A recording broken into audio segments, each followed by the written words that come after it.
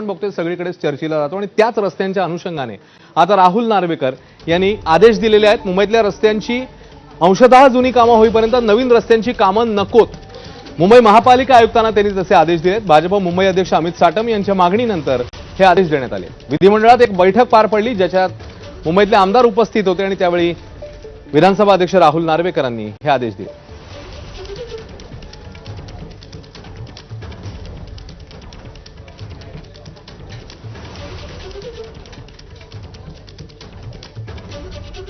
आणि याच खड्ड्यांसंदर्भातली एक बातमी येते ती म्हणजे हायकोर्टाने आता काही सवाल केलेले आहेत, कारण या खड्ड्यांमुळे तब्बल 12 जणांचा मृत्यू झाला आणि 11 जण जखमी झाले असं सरकारतर्फे सांगण्यात आलेलं असतानाच आता लवकरात लवकर खड्डे बुजवावेत असं म्हणत हायकोर्टाने मनपांची कान उघडणी केलेली आहे। एका आठवड्यात खड्डे बुजवावे आणि दोषी कंत्राटदारांवर कारवाई करा असे तोंडी आदेश उच्च न्यायालयाने राज्यातल्या सर्व पालिकांना काल दिले।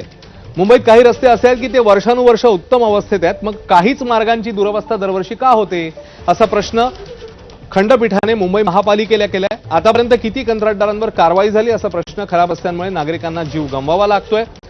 त्यामुळे संबंधित कंत्राटदार आणि त्यांच्यावर नियंत्रण ठेवणाऱ्या पालिका अधिकाऱ्यांना जबाबदार ठरवण्याची वेळ आली आहे असं म्हणत कोर्टाने चांगलीच कान उघडणी केली आहे।